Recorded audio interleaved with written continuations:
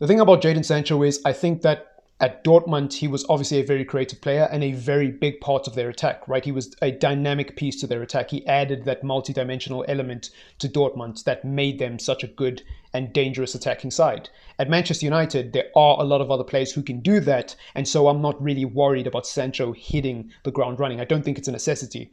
Maybe if we didn't sign Varane and Ronaldo, my opinion would have been different. But because we signed Varane, who's going to hit the ground running, I mean, he had a borderline man of the match performance against Wolves and played really well. He got an assist as well, which is, just icing on the cake. And obviously, Ronaldo is Mr. Ronaldo, right? He's going to score goals regardless of what people say. I'm not afraid about Ronaldo not scoring goals, even though he's a lot older and he's moving on a bit, right?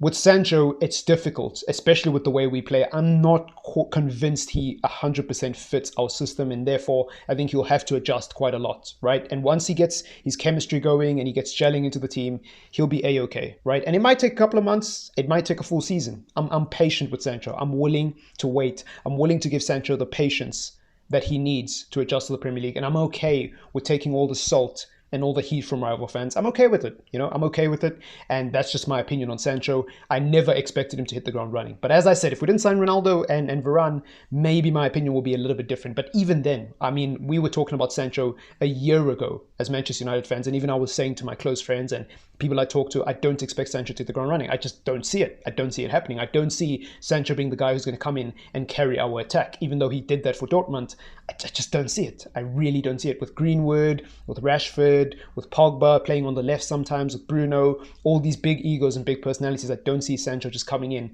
and commanding the dressing room and being that guy. And you could see it against Wolves. He was very timid. He was very shy. He wasn't himself. He didn't play with the bravado that we expect. He wasn't going at players. He was losing the ball a lot. He just looked very timid and shy.